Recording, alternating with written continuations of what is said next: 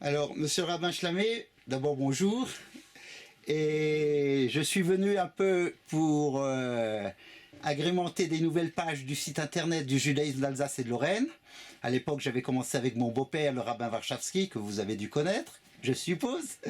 J'ai Et... connu avant qu'il était rabbin. Ah oui? En quelle année? En 1940, j'ai dirigé la troupe de ZI. Ah ben c'est très bien, on va en parler aussi justement. Excellent. Vous voyez, ça commence bien. Donc je voudrais un peu connaître votre parcours. Et vous étiez donc au camp du Sac, à Ussac pendant la guerre, ou en camp d'Ei? Il avait été prêté aux EI, je crois. Il était du Yeshurun et puis il a été prêté aux EI, non? Je sais plus. Enfin, on a. Je vous laisse parler. Alors, du point de vue. D'abord, votre parcours à vous, vous êtes né et. Bon, je suis né il y a longtemps. J'ai déjà eu 90 ans. Tout jeune. Je suis né le 23 juin 1929 à Saverne. À Saverne, mon père avait une affaire de vêtements et mon grand-père était le rabbin de l'endroit. C'est-à-dire, c'était qui? Le rabbin Armand Bloch, Armand Bloch, qui oui. était le plus âgé de tous les rabbins de France et de Navarre. C'est vrai.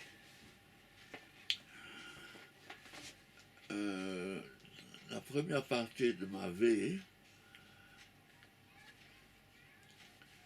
j'allais à l'école Goy, il n'y avait pas d'école juive. Mon père avait été le dernier élève de l'école juive quand elle existait, Où ça? À Saverne? à Saverne. Où est-ce qu'elle se trouvait? Vous vous rappelez où elle se trouvait, cette école juive à Saverne? Non. Non.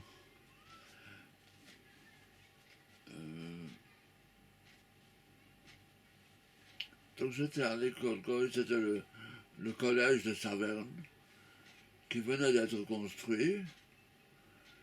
J'étais élève là depuis la 11e.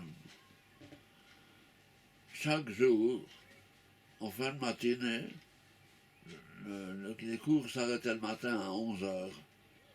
À 11 heures, j'allais chez mon grand-père. Et là, j'avais un cours de Kodesh. Tous les jours. Semaine, Shabbat, Yom Tov, sans exception. Et ces cours ont continué jusqu'à ce que je sois allé à la Yeshiva. Ce que Ok. mon grand-père fait pour moi, c'est extraordinaire. Tous les jours, vous alliez chez lui, Tous chez les chez le jours, rabbin Armand Bloch? pendant 1 heure. Pendant 1 heure. Après, j'entrais à la maison. Alors, il y a des choses amusantes aussi.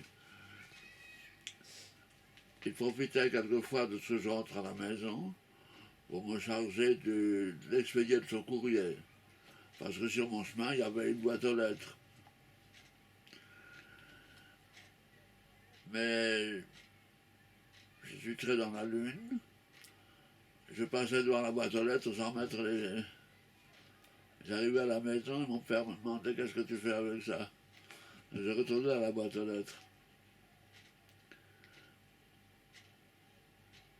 Euh,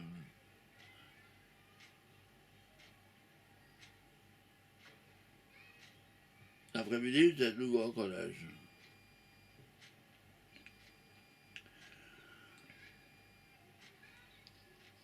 Non, c'était pas très drôle d'être dans une école goy à l'époque où finalement les juifs n'étaient pas tellement bien vus. Mais c'était comme ça.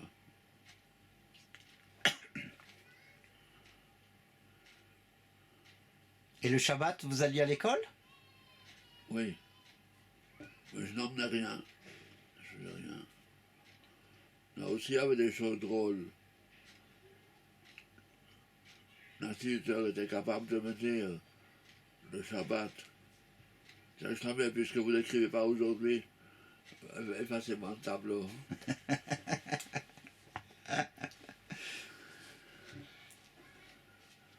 Bien. Enfin, il m'est arrivé une fois d'avoir les félicitations du conseil de discipline. C'est pas un mauvais élève.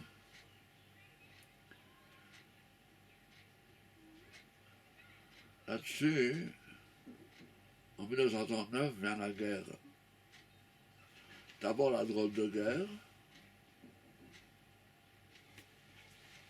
On s'est replié à, je ne sais plus où, en Alsace. Quand j'étais à Saverne, quand nous étions à Saverne en famille, le rabbin Brunswick de Strasbourg était évacué de Strasbourg parce que tout Strasbourg était évacué. Et alors j'avais le grand honneur qu'il dormait dans mon lit, dans ma chambre.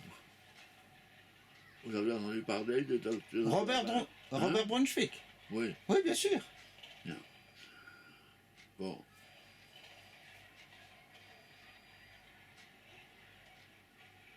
À cette époque-là, mon grand-père n'était plus à Saverne. Il s'était replié avec ses enfants en France. Mais j'avais cours avec le rabbin Brunswick, Encore à Saverne alors. à Saverne.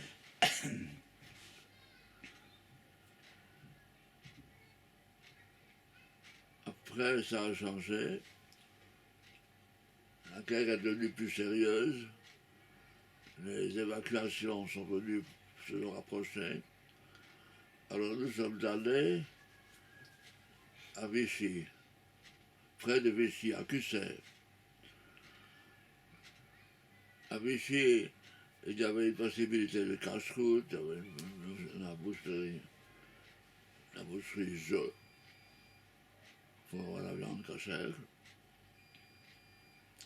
Dans le même magasin que la viande non cachère. Ah oui, il y a une version. La viande taref méadrine et la viande cachère méadrine.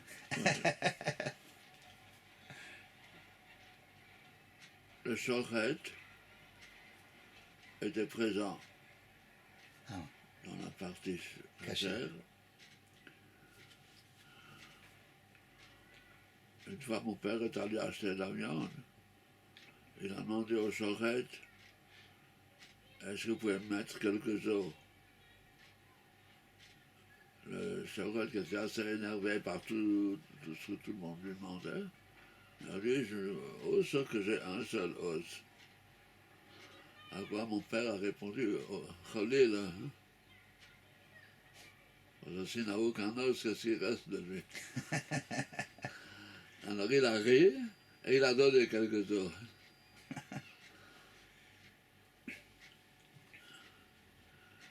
Ma synagogue n'était pas la synagogue de Vichy, mais celle de Cusset. À Cusset, il y avait des frères. Il y avait les frères Bloch qui avaient une fabrique de vaisselle. Ils étaient d'où originaires? D'où étaient-ils originaires, ces frères Bloch?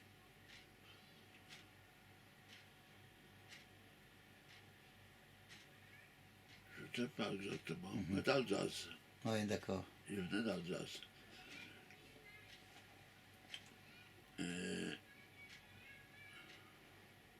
Donc mes camarades, pour la première fois j'avais des camarades juifs. Mes camarades, je les voyais aussi à la Soule. La Soule, c'était la fabrique des blocs. Pendant la semaine, c'était une fabrique. Shabbat, c'était la Soule. Vous aviez quel âge à cette époque, à ce moment-là? Donc 10, 11 ans. 10, 11 ans.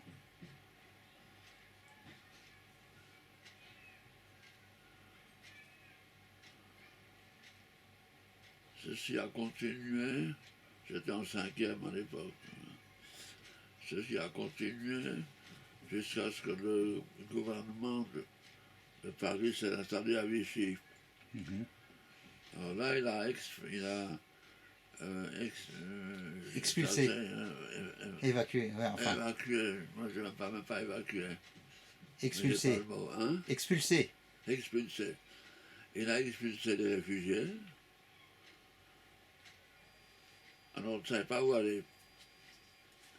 Mais à Cusset, au-dessus de chez nous, il y avait un non-juif qui était originaire Mulhouse,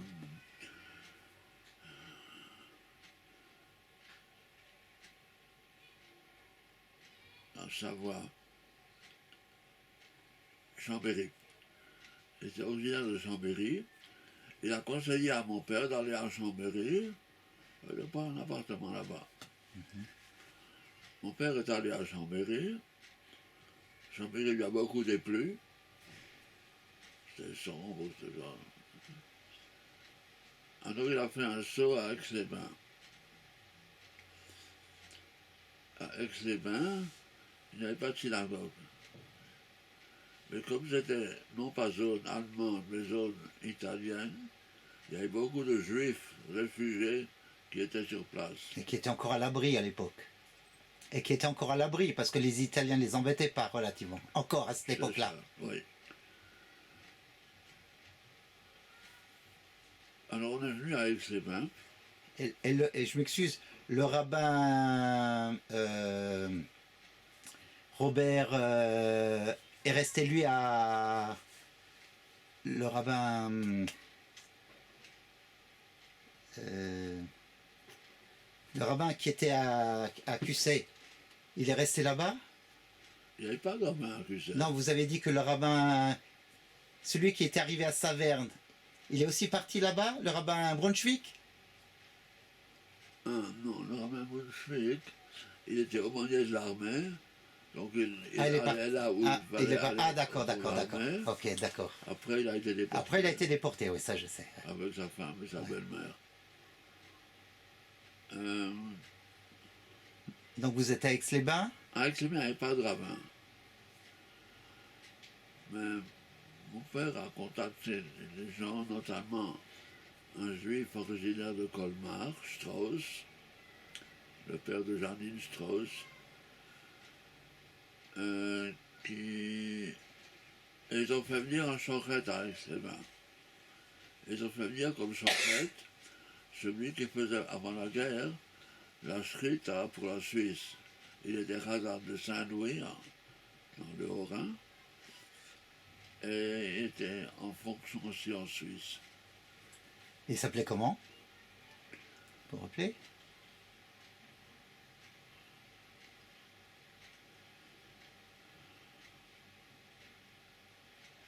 Bon, on trouvera, c'est pas grave. Ça me viendra peut-être. D'accord. Je sais que ses petits-enfants s'appelaient Lévi. Lui, je ne sais plus comment il s'appelait. Donc on a emménagé à Aix-les-Bains, on a pris un appartement là. Mon père a ouvert une choule. On a pris une chambre d'hôtel. Cette chambre d'hôtel était avenue de Marlios. Vous connaissez Aix-les-Bains? Je me rappelle très vaguement la route de Tresserve, c'est tout. Ouais. Non, un peu avant Tresserve, il y a l'avenue de Marlios, depuis la rue de Chambéry. Ah d'accord, ok. Et on a pu équiper la choule. On avait un chef restaurant. Et au fur et à mesure, on attirait beaucoup de gens. Certaines personnes venaient parce que on repriait. D'autres personnes venaient parce qu'on a besoin d'argent. Mais il y avait du monde. Et c'était surtout des réfugiés qui venaient d'Alsace? Pas seulement d'Alsace, il y avait de Pologne, De partout, ok. Après, les Allemands sont arrivés, ils ont chassé les Italiens. Alors c'est devenu beaucoup plus difficile. Et finalement, le 1er mars 1944, mon père nous a envoyé les 4 enfants en Suisse. Lui n'est pas venu, ma mère non plus, parce que sinon on aurait été refoulés tous. Mais une fois qu'on était en Suisse, là ils ont pu venir, disant que nous avons nos enfants en Suisse. Alors ils n'ont pas été refoulés. Et comment vous avez passé la frontière? Schwartz, Avec des passeurs. oui. Et qui vous accompagnait alors pour passer la frontière? Bon, mais il n'y avait pas que nous. Il n'y avait pas que les 4 enfants. Mhm. On était 11, 12, quelque chose comme ça. Ah, c'était des groupes Et organisés, il y avait- quoi. Oui, il y avait un médecin, le fils du grand rabbin de Colmar, Elie Veil. Weil, qui est venu parce qu'il y avait un oncle à lui qui était un de ses patients et qui risquait de faire une crise cardiaque en route. Alors il est venu. C'est celui qui était à Limoges pendant la guerre? Ce docteur Veil, c'est celui qui était à Limoges pendant la guerre? Je ne sais pas. Bon, c'est pas... D'accord.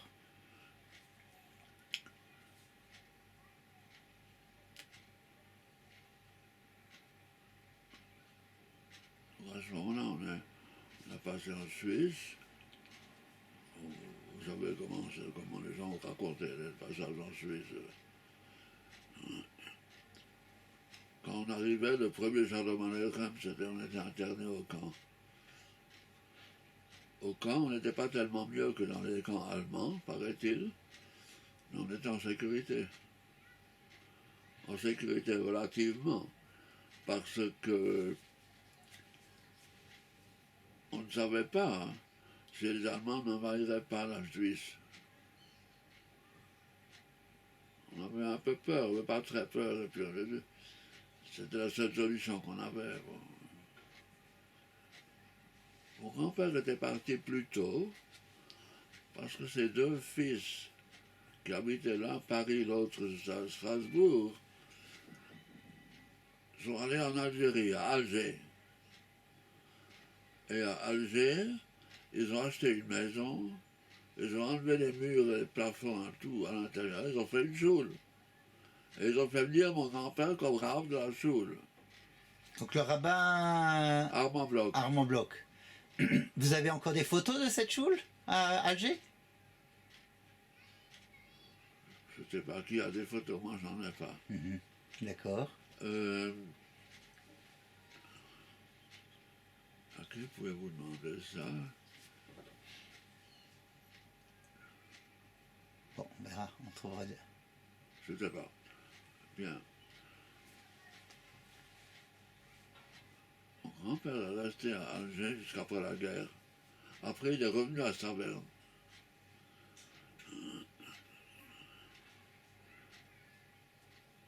Quand j'étais en Suisse, donc depuis le 1er mars 1944,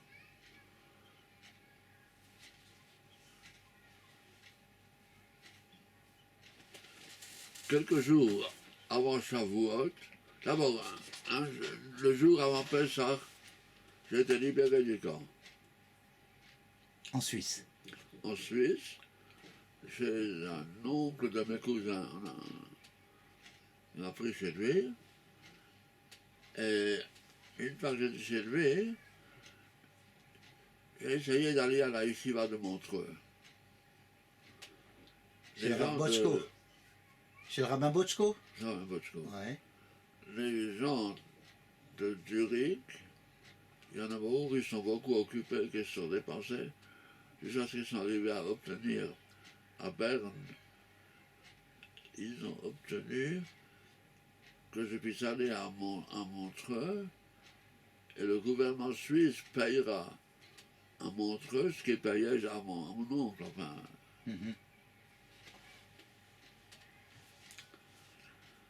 C'est la première fois que j'allais dans une yeshiva.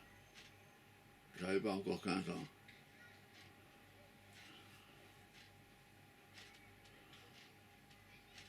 Mais c'était une expérience. Quand mes parents étaient en Suisse, après quand ils sont venus, ils sont allés au camp aussi, dans un autre camp que nous. Et arrivés à Rosh Hashanah, ils pensaient passer Rosh Hashanah au camp. Là-dessus, j'ai demandé à la yeshiva la permission d'aller à ce camp pour Rosh Hashanah. J'ai eu la permission. Donc j'étais avec mes parents au Rosh Hashanah. Mon père avait Yahrzeit pour son frère le deuxième jour de Rosh Hashanah. Alors à la synagogue du camp, c'est lui qui a fait Moussaf. Il avait à peine fini l'office de Moussaf que le chef de camp est arrivé et a dit: Monsieur Shlamé, votre autorisation est arrivée, vous pouvez partir, vous êtes libéré. Mon père lui dit: moi, un jour de fête, je ne me déplace pas. Il dit: bon, ben, vous pouvez partir demain. Ce qui fait que lorsque je suis retourné à Montreux, j'étais accompagné par mon père et ma mère, qui se sont installés à Montreux. Et vos frères et sœurs qui étaient partis en Suisse avec vous Alors étaient... ma grande sœur, Grande sœur, c'est Gabi? oui, elle a été prise par une famille de Zurich pour aider à la maison. Quand moi je suis arrivé en Eretz Israël, mon médecin c'était le petit-fils des gens qui avaient pris ma sœur pour les aider.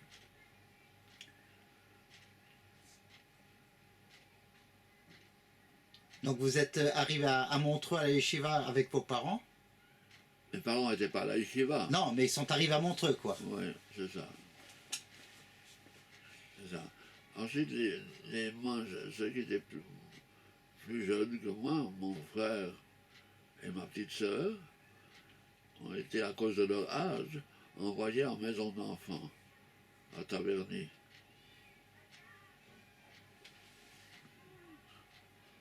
Quand Aix-les-Bains a été libéré, les Allemands ont été chassés, alors la Suisse nous a chassés à notre tour.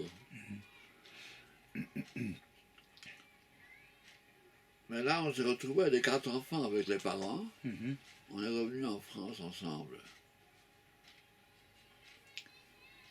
Et vous êtes retourné à Aix-les-Bains alors? Pardon? Vous êtes retourné où avec les parents? En France? Vous êtes retourné où? À Aix-les-Bains. À Aix-les-Bains, ok. Je ne pouvais pas encore retourner à Saverne. Saverne était encore... Encore sous les Allemands, oui, bien sûr. Oui.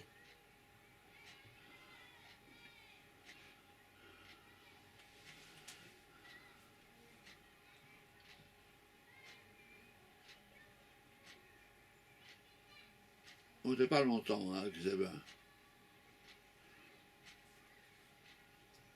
Une fois que toute la France a été libérée, on est retourné à Saverne. Et je retrouve ma place au collège.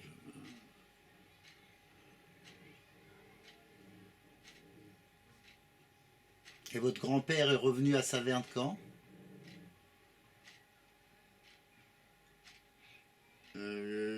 Shabbat Korach, en 1945, je pense. C'est juste l'anniversaire, pratiquement. Oui.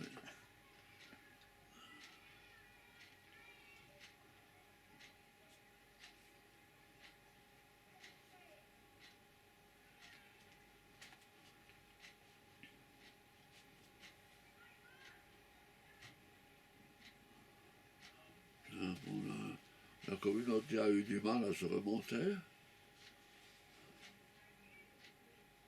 Je suppose que vous avez travaillé avec Vincent Samsky, C'est mon beau-père. votre beau-père. Ouais.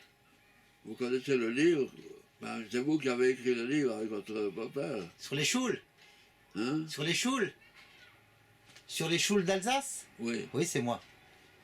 Ben, vous avez la choule de Saverne dedans. Oui, avec qui servait à la Luftwaffe pendant la guerre. La choule avait été transformée. Oui, mais la photo qui est dans le livre, c'est après qu'elle a été retransformée. Retransformée, exactement, oui. Bien. Vous vous rappelez encore de la choule avant qu'elle soit reconstruite après-guerre? Pardon? Vous vous rappelez encore du bâtiment tel qu'il était, tel que les Allemands l'avaient... Non. Non. on priait chez nous à la maison. On faisait minyan chez nous à la maison là, pendant 1 ou 2 semaines. Et après, on est allé, non pas à la choule, mais à la petite choule de semaine qui était à côté. Au Kashtou. C'est ça. Il n'y a pas si longtemps, j'étais à Saverne pour aller au cimetière et j'étais au centenaire de la choule.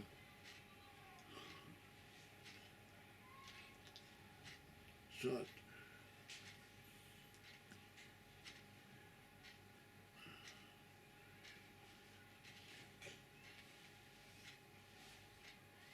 Après le bac, je suis allé à la yeshiva à Getzed.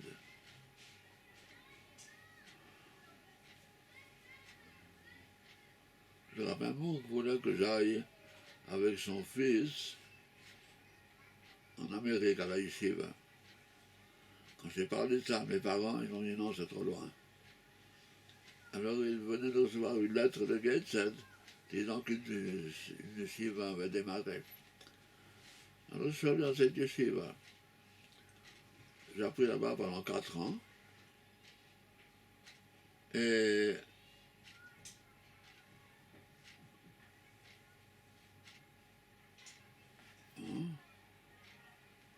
à la fin, j'ai préparé le diplôme de Rav dans cette yeshiva. J'avais un copain avec qui on apprenait en Chavruta pour préparer la smira. J'ai eu 3 smirot, une Rav qui était à Londres. Et je ne me rappelle pas de son nom. Weinberg. Non, Rav Weinberg n'était pas à Londres. Rav Weinberg, j'ai connu à Montreux, quand je suis retourner à Montreux pour les vacances, pour étudier. Et alors j'étais le balcon de Rav Weinberg pour son minyan en ville. Et la récompense, chaque fois que je faisais la Kriyat Torah en ville, c'était me promener avec lui après la choule. Ça valait la peine. Vous l'avez connu?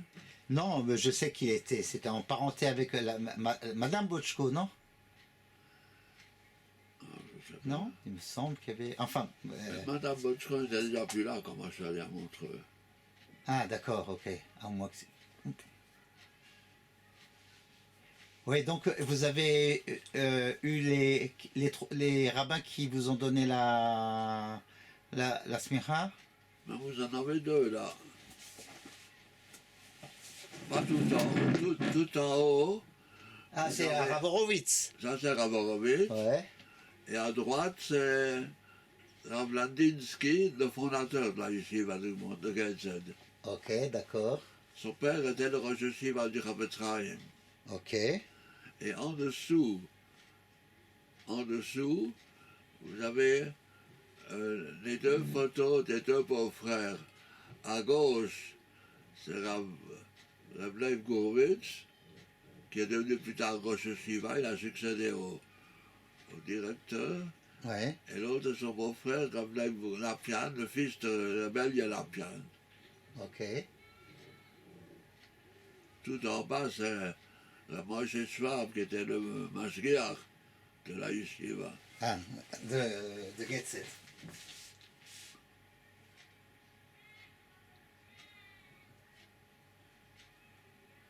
Ok. Donc vous recevez votre diplôme de rabbin donc à Getzet. C'est 3 premiers diplômes. Après, je suis allé chez Rav Horowitz pour apprendre la pratique, le shimouch. Et le Rav Horowitz c'était à Strasbourg alors? Oui. Mes camarades qui avaient passé la smicha ne venaient pas à Strasbourg, mais ils allaient chez le Rav en Angleterre.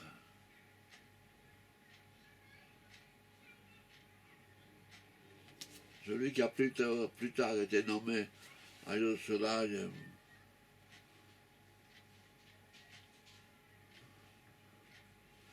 Je mets son nom avec les nombreuses choses que j'ai oubliées depuis la maladie. D'accord.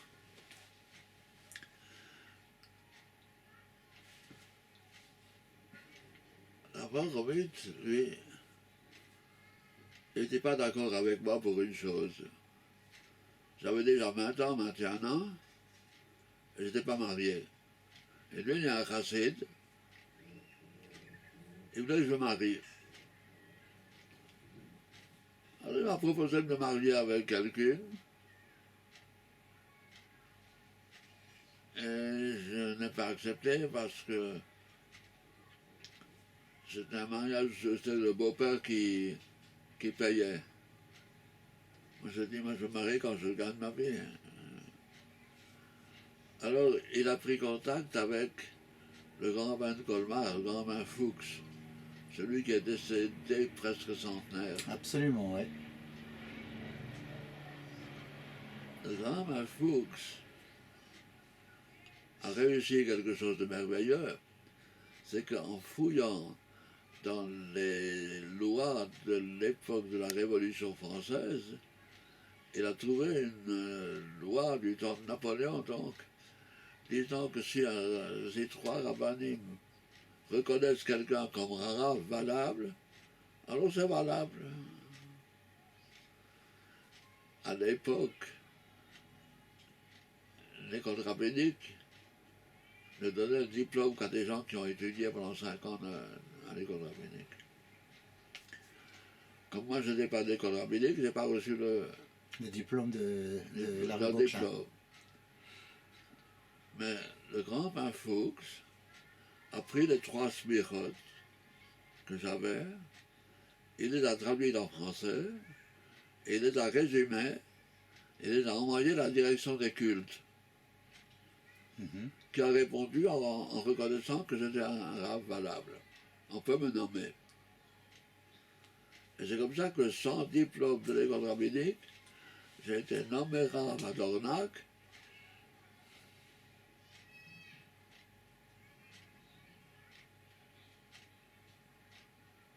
C'est ça, je l'ai payé par la direction des cultes. Oui, bien sûr, rabbin de concordataire. Hein? Rabbin concordataire. C'est ça. Et qui était rabbin avant vous à Dornac? Alors, avant la guerre, j'étais le rabbin Bloch. Camille Bloch. Comment? Camille Bloch, oui. C'est cela. C'est cela. Et pendant la guerre, où est-ce qu'il était? Aussi à Aix-les-Bains. À Aix-les-Bains aussi, oui. Ouais. Et après la guerre, il est plus revenu alors en... Je ne sais pas s'il vivait encore. Je crois qu'il est décédé à Aix-les-Bains. Ok, d'accord.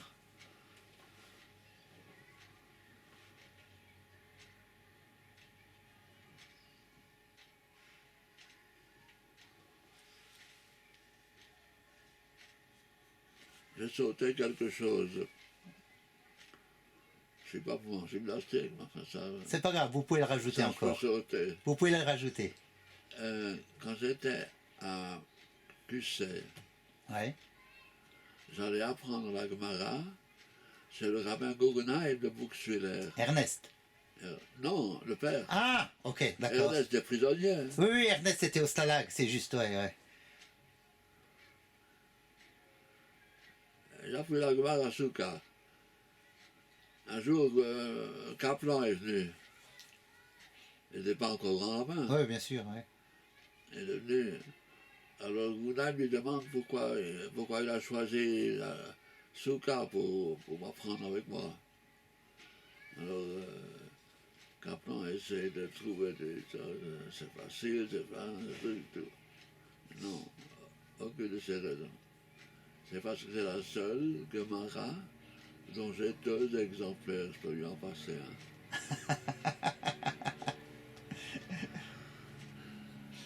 Faut dire que pendant la guerre, c'était pas évident d'avoir toute une bibliothèque avec ça. Justement, ouais. Oui, donc c'est pour ça que j'ai voulu l'ajouter. Le rafistolet. Vous avez raison. Bien. Alors maintenant, on commence à parler des années de rabbinat. À Dornac, qu'est-ce que c'était la communauté de Dornac? C'était la communauté où venaient prier les gens de Mulhouse qui refusaient de prier dans une synagogue à Og. La Sisto. Ah non, la Sisto, c'était avant la guerre, Ok. le minyan du docteur Meyer, Ah oui, ouais, pour les gens qui ne veulent pas la synagogue à Og. ouais. Après la guerre, il n'y avait plus le docteur Meyer, mais il y avait à Dornac, comme ça, quelques bâtiments, les marchands de bestiaux et tout, et les gens de Mulhouse qui ne voulaient pas de l'Og venaient à Dornac. Mhm.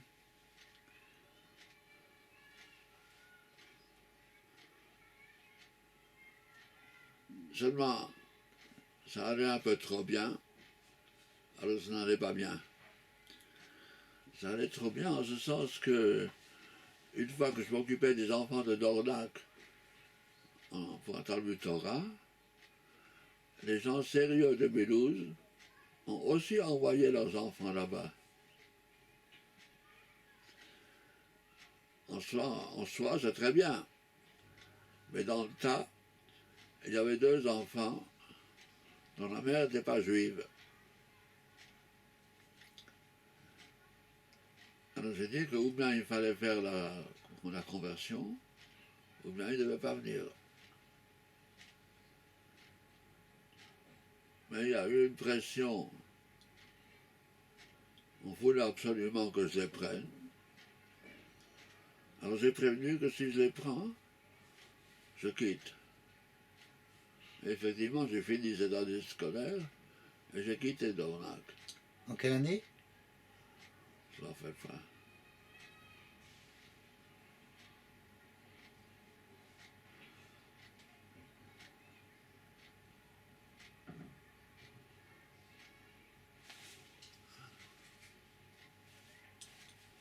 Mes enfants étaient nés là-bas.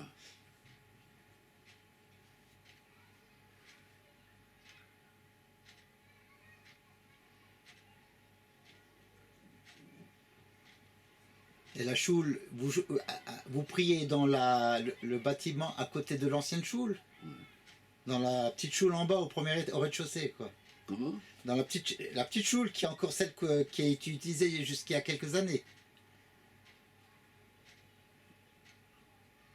Oui, je pense qu'elle existe encore maintenant. Elle existe encore, il n'y a plus de il y a plus de minyan, mais... Il y a plus Minyan, mais il y aura peut-être bientôt de nouveaux Minyan parce que il y a des réfugiés qui sont arrivés d'Afrique du Nord. Peut-être qu'ils vont venir, je ne sais pas.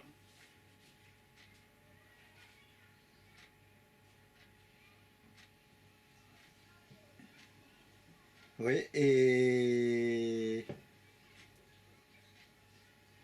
Donc, vous quittez donc Dornac. Et il y avait combien de juifs qui venaient prier à la choule à Dornac à votre époque? Entre 15 et 20. Entre 15 et 20. Et il y avait office tous les jours? Il y avait minyan tous les jours? Je crois qu'il y avait Minyan Shabbat et Yom Tov. Shabbat et Yom Tov, ok.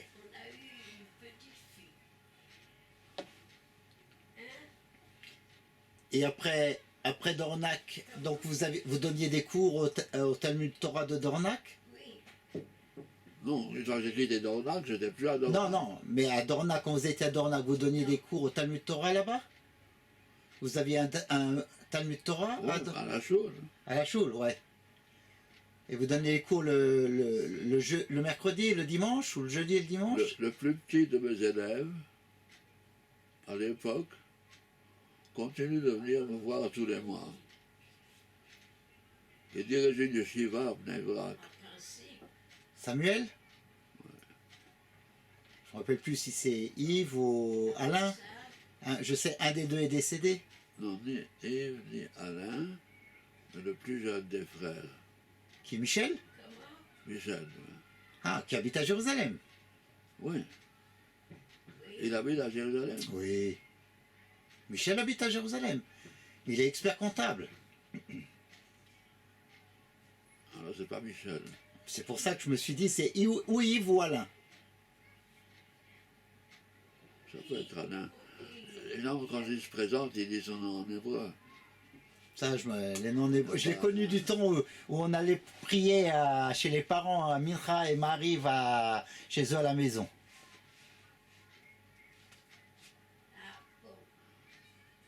Bien. J'ai passé un moment enfin, depuis ce moment-là.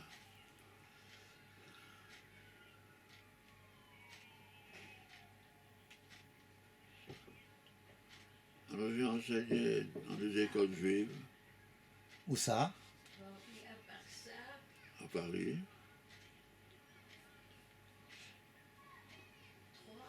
Il y a le mariage de Fradeler. Il y a un mariage chez les À la Gaulois. fin, j'étais nommé à Paris, Ah oui, c'est vrai. dans une synagogue de Chassidim, rue Bafroid. Mhm. Vous connaissez la rue Bafroid? Non, de nom, oui, de nom. Non. Oui. Et vous êtes resté là-bas jusqu'à quand? Et ça, je suis venu en Eretz, Et vous êtes venu en Israël en quelle année? 2002, je crois. 2002. Et toi, Non, mais auparavant, il m'était arrivé de rencontrer Rav Gorodetsky. Oui, vous avez connu Rav Gorodetsky? Non. C'était le représentant du Rabbi de Lubavitch pour l'Europe, l'Afrique du Nord et Israël. Mhm. Et lui, il a insisté pour que je dirige le séminaire Bet Rivka. Le séminaire Bet Rivka, j'ai dirigé pendant plus de 20 ans. Il se trouvait où? À hier. Souvent commun? Non, hier. Oui, absolument, oui, tout à fait. ça change. Bon, et à part ça, oui, c'est déjà pas mal. Oui, moi aussi. Et à demain. Il y a. Maintenant, c'est beaucoup plus grand. Comment il s'appelle? Il y a David. De mon temps, j'avais 30 à 40 jeunes filles au séminaire. Mhm. Maintenant, je crois qu'ils ont 600 personnes en tout. Il y a encore. Dans l'école, séminaire. Mhm, mhm. Comment il s'appelle? Le directeur actuel Non. s'est annoncé qu'il viendrait ici. Et il n'est pas venu il y a quelques semaines. Mhm. Et Il a dû avoir un sa empêchement. femme, elle est contente de rester au calme à la maison. Sa femme, elle est contente. Je veux juste faire une petite parenthèse. Tout à l'heure, on a parlé de mon beau-père, le rabbin Warszawski. Et vous m'avez dit, vous l'avez connu il y a très longtemps. Dans quel contexte vous l'avez rencontré? Le fils de Pardon? David. Vous avez fait la connaissance de celui qui est devenu mon beau-père il y a très longtemps. Et dans quel contexte vous l'avez rencontré? Aux EI, Où ça? Comment? à Cusset, à Vichy. Ok. Il s'occupait des EI à Vichy. Il y avait les grands responsables des EI. Mhm. Et lui, il dirigeait la troupe d'éclaireurs. Et puis, ça, Il dirigeait la troupe d'éclaireurs, il faisait ça très bien. Donc vous étiez aux EI aussi? Comment? Vous étiez aussi aux EI? Je suis incapable de me rappeler si à l'époque, j'allais aux éclaireurs ou au Louveteau. Oui, mais c'est la même chose, c'est le même groupe. Ah oui, Ouais. je crois que j'étais aux éclaireurs.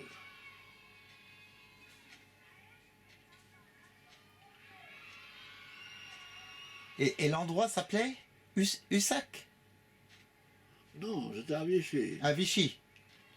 Non, là où vous avez rencontré mon beau-père, c'est à Vichy même? Oui, D'accord. on s'est revus par la suite.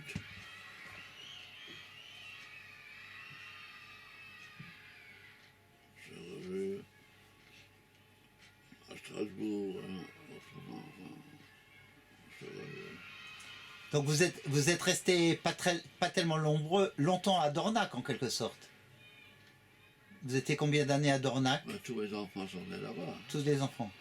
Vous étiez combien d'années vous étiez à Dornac à peu près? Je m'en rappelle pas exactement, mais peut-être 5 ans, je sais pas. Et après vous qui est venu à Dornac? Après moi, plus personne n'est venu à Dornac même. Ouais. Mais Robin Le Caillé, Ah il oui. était à Strasbourg, Qui venait une fois par semaine et qui donnait des venait, cours. c'est ça. Ouais, je me rappelle de lui. Ouais. Qui est décédé très jeune d'ailleurs. Hein? Il est décédé très jeune. Ouais, ouais.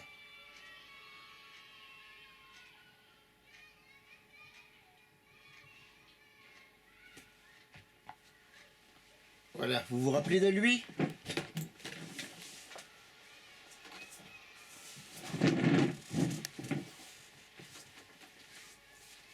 C'est à Guggenheim. Voilà, Max Guggenheim.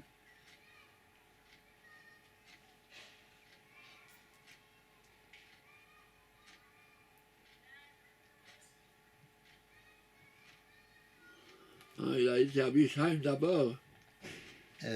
Vraisemblablement, C'est oui. très intéressant le poste de Bischheim. Ouais.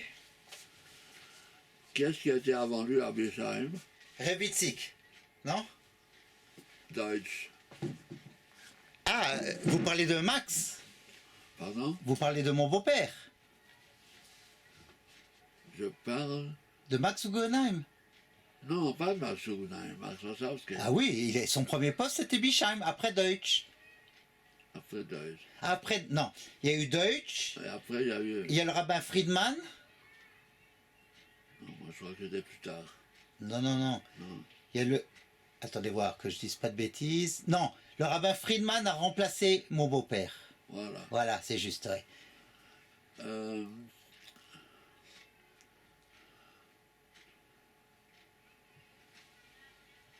À Bischheim, il y avait toujours un rabbin qui était l'adjoint du rabbin de Strasbourg. Et quand Deutsch était à Bischheim pendant toutes les années avant la guerre, qui dirigeait le Talmud Torah de Strasbourg, il a eu pratiquement tous les gens qui étaient adultes quand il s'est présenté pour le rabbinat de Strasbourg, qui étaient ses élèves. Et il y avait une grande discussion, un grand désaccord, parce que les gens d'avant la guerre voulaient encore l'orgue à la synagogue. Et quand lui, il a pris position contre l'orgue, tous ses anciens élèves ont marché avec lui. Et c'est comme ça qu'il a été nommé. Ok, d'accord, d'accord, d'accord. De toute façon, la choule après-guerre avait disparu, alors il n'y avait plus d'orgue de toute façon. Mais quand on a reconstruit la chose, On l'a fait sans orgue, oui. à ce moment-là, ceux qui y tenaient avant, ils tenaient encore. Mais quand mon beau-père s'est présenté pour le poste de rabbin adjoint à Strasbourg, alors on lui a demandé, la commission administrative, qu'est-ce que vous pensez de l'orgue?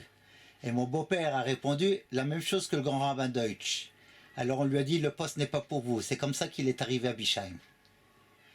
Et après, il est devenu rabbin adjoint du grand rabbin Deutsch, quoi.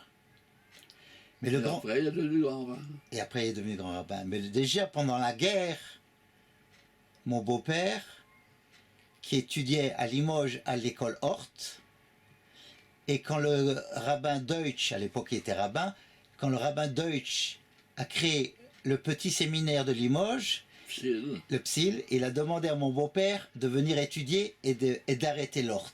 Et c'est comme ça que mon beau-père a étudié au Psyll et est devenu, a fait des études rabbiniques. Mais une des années rabbiniques qu'il a fait, une des premières, c'était au Jews College à Londres. C'est-à-dire qu'il a remplacé la 5e année ou la 4e année du séminaire de Paris. Il a été à par une Londres. année à Londres. À Londres. Et là, il a appris Dayanut aussi. Oui. Alors moi, j'ai vu aussi quand il est revenu de Londres. Ah, ok, d'accord. Ouais.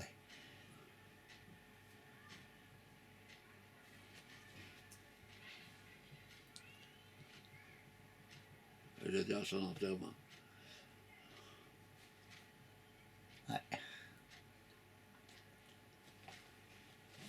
Ouais, attendez, je vais vous montrer. Je vais vais vous montrer quelques... Donc là, c'est les rabbins Guggenheim.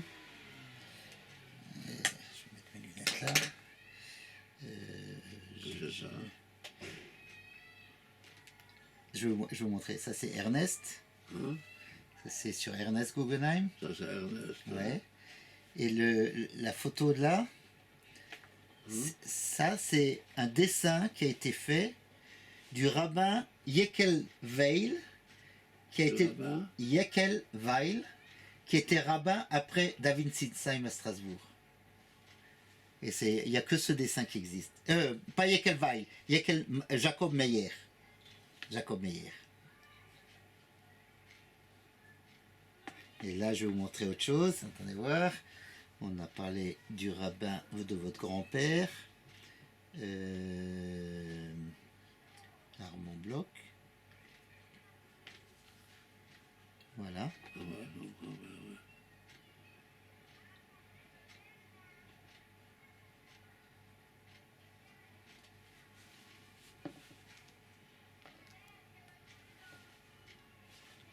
Oh, ça, c'est moi. Oui, vous retrouvez. Ça, c'est mon père, ça, c'est ma mère. Ouais. Ça, c'est mon cousin, Olawa Shalom. Ça, c'est mes cousins. Ça, c'est ma petite soeur. Ça, c'est Gabi? Non, Gabi, c'est votre grande Gabi, sœur. c'est ça. Ok. Gabi. Et ça, c'est la cousine de Strasbourg.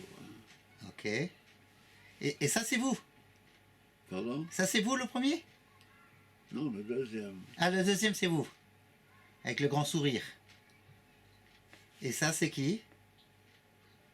Ça, c'est le frère de mon grand-père, D'accord. Maurice Bloch. C'est celui qui est...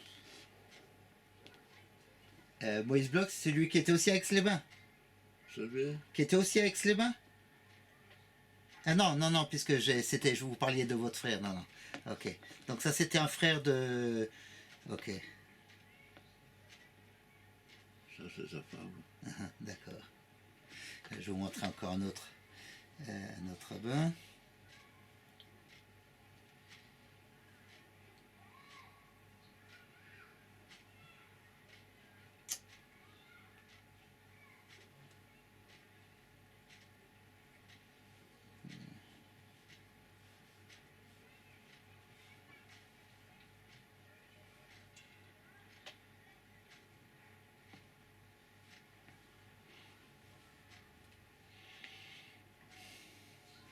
Voilà.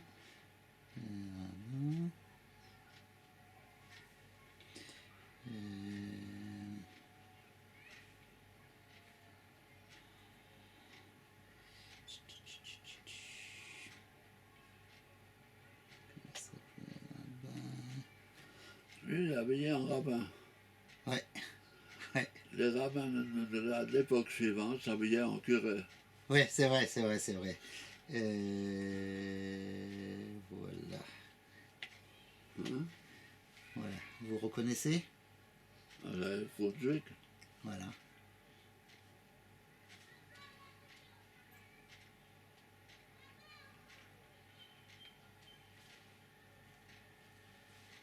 Magnifique.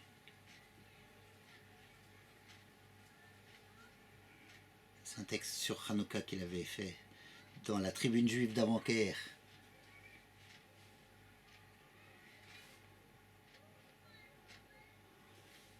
Voilà. Je vous montre encore quelque chose. Voilà, Chansky. Ça, c'est Max. Ouais, moi, je n'ai pas connu comme ça. Ouais, ouais. Non, je voulais vous montrer une photo. Attendez voir. Ça, c'est Max quand il était aux EI. Quand il était? Aux éclaireurs.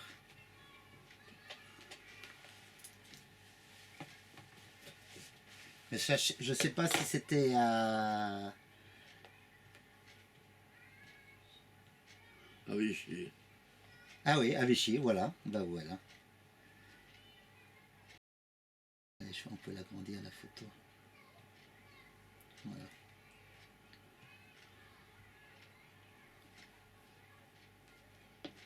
Vous reconnaissez des gens? Hein? Vous reconnaissez des gens? Non, pas du tout. Vous reconnaissez l'endroit? Oui. Oui? Où c'était? C'était un endroit à Vichy où il y avait une cour où on pouvait... C'était beaucoup plus grand que ça. C'était... Ah d'accord, ouais. Voilà. Et ça c'était Pélican. C'était son totem de Zéhi. Non, là, je ne le connaissais pas encore. Mhm. Ou alors je me rappelle pas bien. Bah, c'est la période de Vichy en tous les cas, quoi. Hein? C'est la période de Vichy. Oui. Voilà.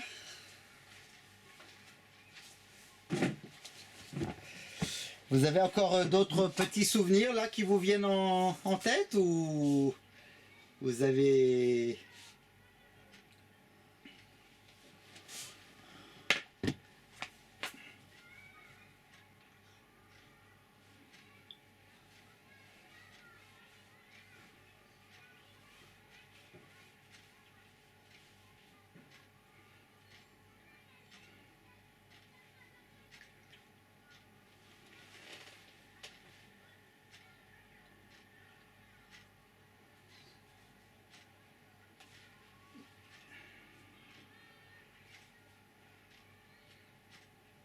Et comment était la communauté de Saverne avant la guerre?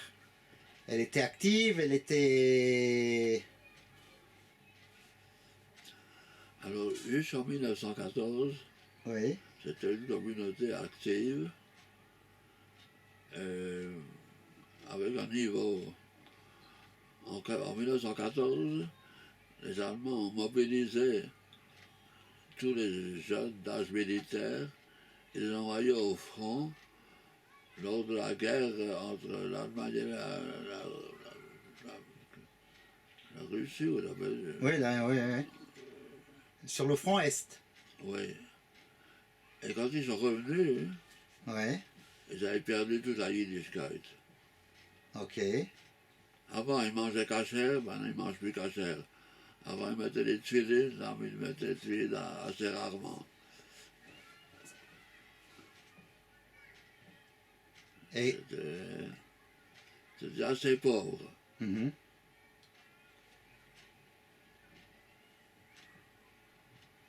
Et...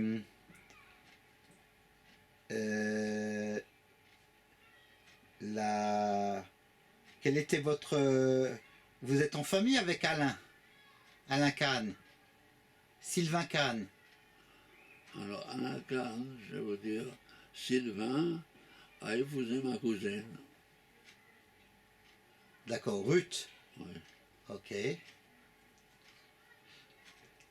Votre cousine de quel côté? Sa mère était la sœur de mon père. Ok. Ok. Et vous vous rappelez bien du magasin qu'il y avait sur la rue principale, Schlamé?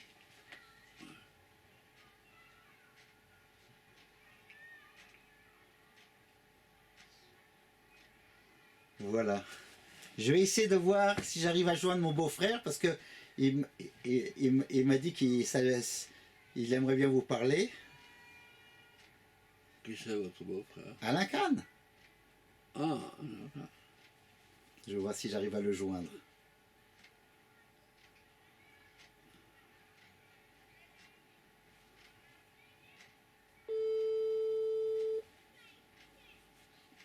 il n'est pas obligé de me joindre quand il ne peut pas. Il peut me joindre quand il peut. Ouais, non, mais on va voir si j'y arrive. Ouais. Alain? Alain? Ah ouais, Bonjour, bonjour. comment vas-tu? C'est Alain qui vous parle. Ça me fait plaisir de te voir. C'est Alain qui vous parle. Comment vas-tu, Jacques? Hein? C'est Alain qui vous demande comment vous allez. Comme je peux. Il va bien, il a encore sa tête. Eh ben, c'est bien. On a fait un retour sur l'histoire. Je me rappelle quand tu étais venu à Saverne pour le centenaire. Ah ouais? Oui, et puis j'avais tellement regretté qu'on t'avait pas proposé de prendre la parole. J'avais vraiment regretté parce que tu avais certainement beaucoup de choses à dire. Il a regretté qu'on ne vous ait pas donné la parole pour le centenaire de la Choule. Moi, j'ai pas regretté. Vous n'avez pas regretté, mais Alain, oui. Il espérait que Non, vous... parce que c'était une telle surprise de te voir. On m'avait invité. Je suis arrivé en retard. Je suis allé au cimetière d'abord voir sur les tombes de mes parents. Tu as des bonnes nouvelles de Gabi? Hein? Tu as des bonnes nouvelles de Gabi? De Paris? De Gabi. Gabi, votre sœur. Ma soeur, oui, votre soeur. Oui, Elle j'ai a eu 91 ans. Comment? Elle a eu 91 ans. Quand même, Mazal Tov. Tu habites où, là? Je te dirai. À Jérusalem. Shmuel Hanavi. Pardon? Il demande où vous habitez. Là où vous m'avez trouvé. Là où je vous... Quand je viendrai à Jérusalem, je viendrai te voir. Maintenant, je connais le chemin. Je pourrais l'amener. On ira. Voilà. Ok. Où est-ce qu'il habite, lui? À Strasbourg. Là, Et tu as des bonnes nouvelles de Monique aussi? vous avez de bonnes nouvelles de Monique? Oui, très bonne. Très bonnes. Je vois assez souvent Arnaud, puisque au magasin, là, puisqu'il est chez Frenkel. Alors, moi, j'aime bien chercher des livres chez lui. Raymond, il y a longtemps que je ne l'ai pas vu. Raymond Alors, et Alain. comment? Il dit que ça fait longtemps qu'il n'a pas entendu parler de Raymond. Raymond, oui, lui, il habite à Nancy maintenant. Francine habite à Tel Aviv. Francine est à Tel Aviv. Sa sœur. Voilà. Allez, merci beaucoup. Hein. Salut Alain. Merci. Au revoir. Merci. À bientôt, j'espère. Voilà. Salut. Salut, merci. Voilà. Aujourd'hui, on peut parler avec le monde entier et le voir. Ouais. Je n'en reviens pas. Voilà. Bon, ben, merci pour toutes ces informations. Bon travail. Très bien. Ça, c'est votre travail? Non, Pardon? non, on a bien parcouru l'histoire passée. Oui, peut-être que demain, je dois faire autre chose. Hein. Ben, si vous avez des souvenirs et je suis prêt à revenir pour compléter ce qui manque. Si vous êtes d'accord, évidemment. C'est pas sûr. Il y a beaucoup d'années qui ont passé. Ça, c'est sûr qu'avec le temps, il y a des images qui s'effacent aussi avec le temps, ça c'est sûr. Voilà. Est-ce que vous me permettez encore une petite chose, que je vous prenne une photo? Pourquoi pas? Ok. J'ai vu que vous en avez déjà. Mais alors j'en prends encore une. Vous en avez une avec... qui c'était avec qui j'ai parlé? Alain Kahn. Oui. Dans le coin, il y a une photo de moi aussi. Où ça? Là, Dans le site, ouais, exactement. Dans le site, c'est vrai qu'il y a une photo de vous, c'est juste.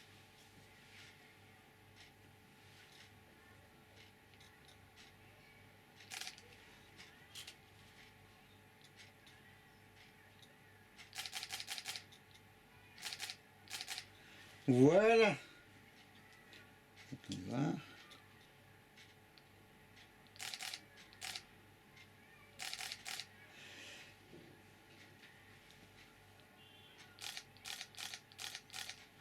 Voilà. Un peu avec le décor de la bibliothèque. Voilà. Je vous remercie beaucoup. Il n'y a pas de quoi. Ça m'a fait plaisir de faire votre connaissance. Je vous ai déjà croisé. On s'est déjà croisé à différentes occasions, mais bon, là, c'était une rencontre plus personnelle, mettons. C'est ça, ouais. Voilà. Voilà. Et comment vous êtes fait à la vie de Jérusalem? J'ai aucun problème. Vous donnez des cours, vous... Le lundi, je donne un cours. Lundi, je donne un cours.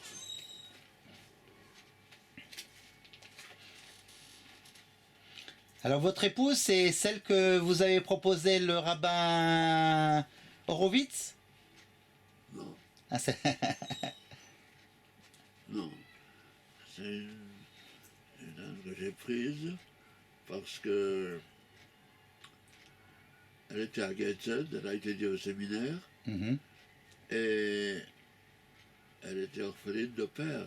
Mounoukon, son père a été tué par les Allemands. Mhm. Alors, j'ai pensé qu'elle avait la priorité. Ça, c'est. Et vous êtes marié où? À Dornach? Vous êtes marié où? Ah, à Dornach. À Dornach, à la Chaulle de Dornach? Pas dans la Joule, en plein air. Ah, à côté de... Ouais. Vous avez encore des photos du mariage? Si je cherche bien, oui. Vous pouvez regarder mon prochain cours. Ok, je vais regarder. Merci.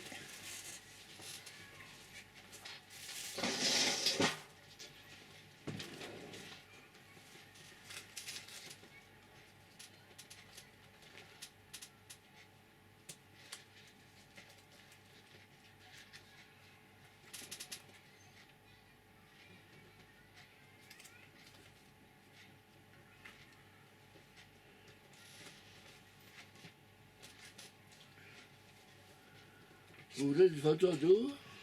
De votre mariage à Dornach.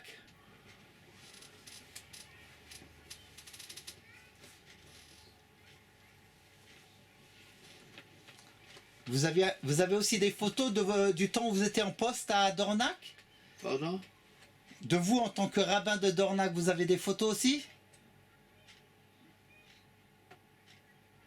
À l'époque, on prenait pas tellement de photos. Je sais, mais bon... J'en ai peut-être. Je peux en rencontrer peut-être.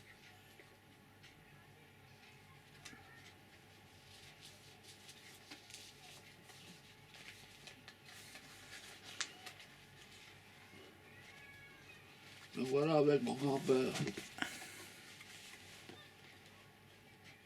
Ok. Ça, c'est la photo qu'on m'avait montrée. Ouais, celle-ci, effectivement, ouais. C'est juste. Attendez, je vais la...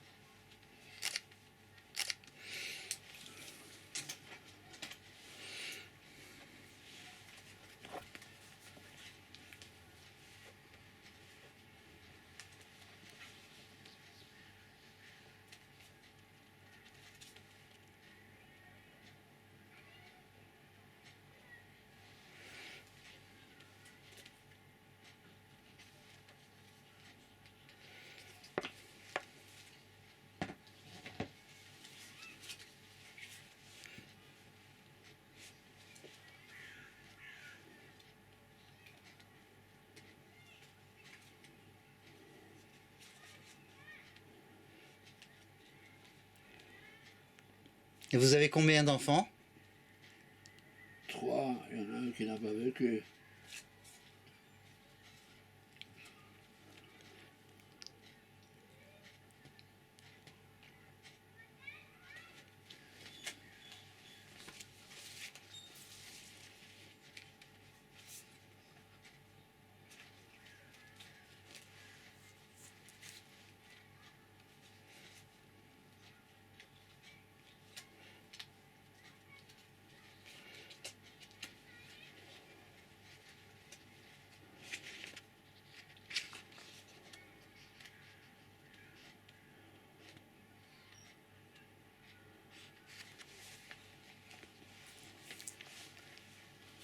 C'est pas ce que vous voulez, mais c'est possible que ça vous intéresse aussi. C'est qui? Ah, il y a Jacques Cohn là-dedans. Hein? Je reconnais Jacques Cohn Oui. et sa femme. C'est à quelle occasion? Je sais pas.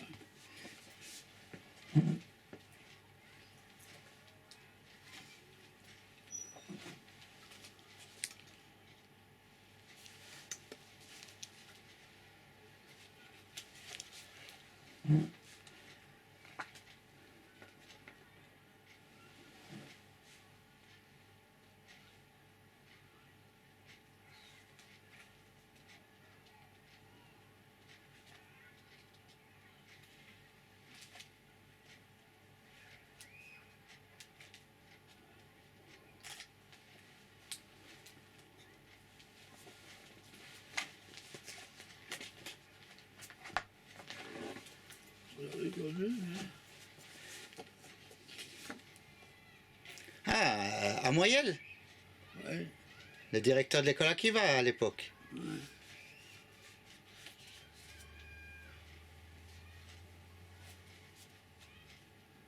Oui, bien sûr, j'ai connu. Je l'ai croisé il n'y a pas longtemps. Pardon? Je l'ai vu il n'y a pas longtemps. Il est en Eretz aussi.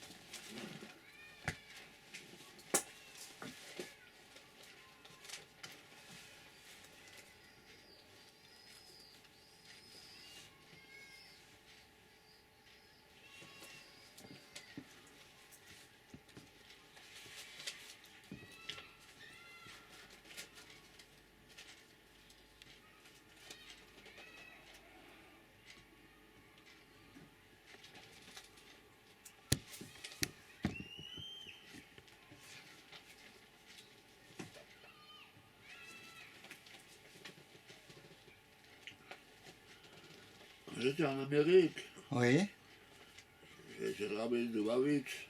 oui, Je lui ai dit que l'arrivée de Lubavitch en France, oui. ça a entraîné une révolution française. La vraie révolution française, c'est pas en 1789, c'était quand ils sont arrivés. C'est Alors, il y vrai. avait quelqu'un qui m'a demandé de lui répéter ce que j'avais dit, et Ouais. on a fait une.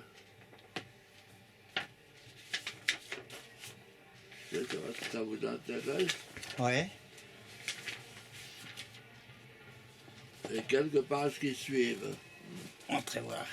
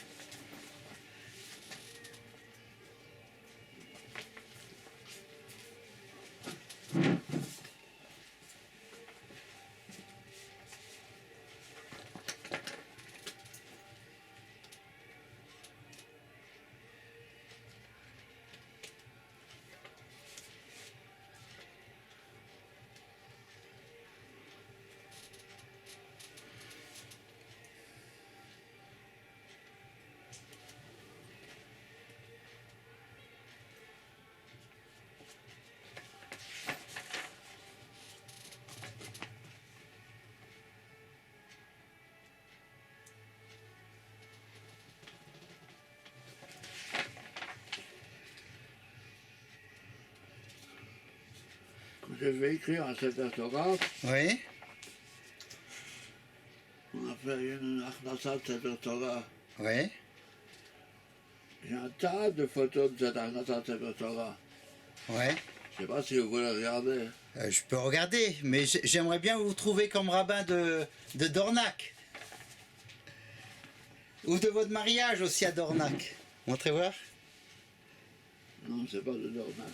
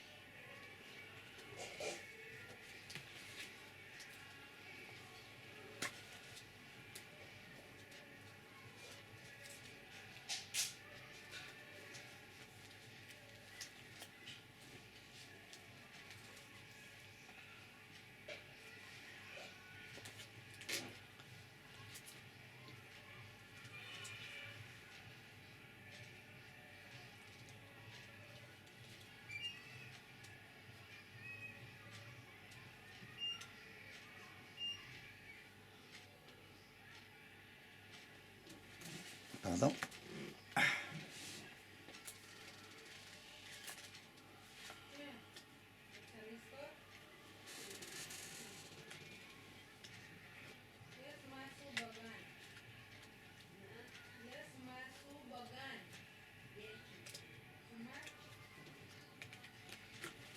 Mhm.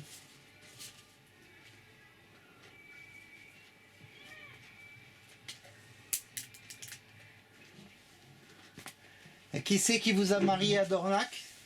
Parce que c'est pas le rabbin qui est de Dornac qui pouvait vous marier quand même. Pardon? Qui c'est qui a fait le mariage à Dornac? Ah, ok, d'accord. Ils étaient deux. Il y avait Rav Horowitz et il y avait Rav Munk de Paris. Ah, ouais. C'est lui qui a reçu la famille de ma femme quand ils sont arrivés de l'étranger. Mhm, mhm.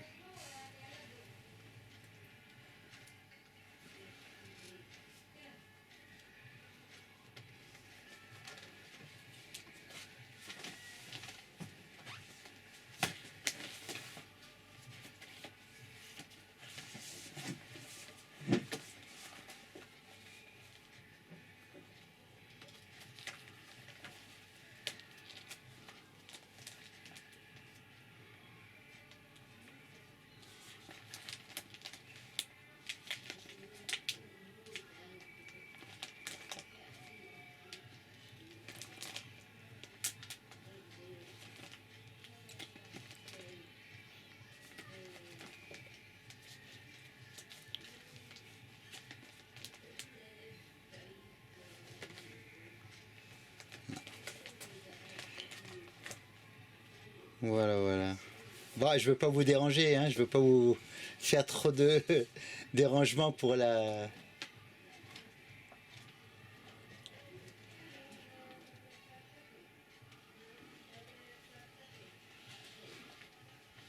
Vous m'avez pas dérangé, vous m'avez laissé finir ce que j'étais en train de faire.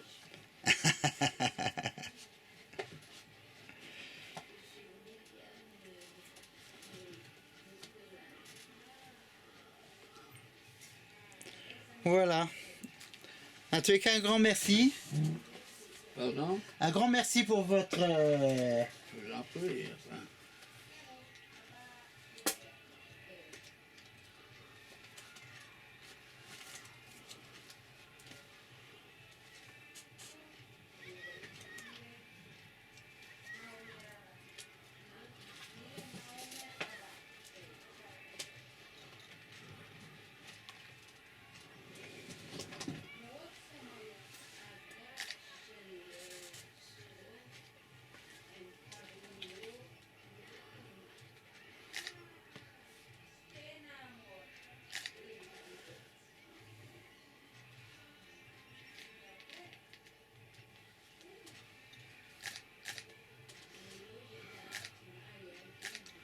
Voilà.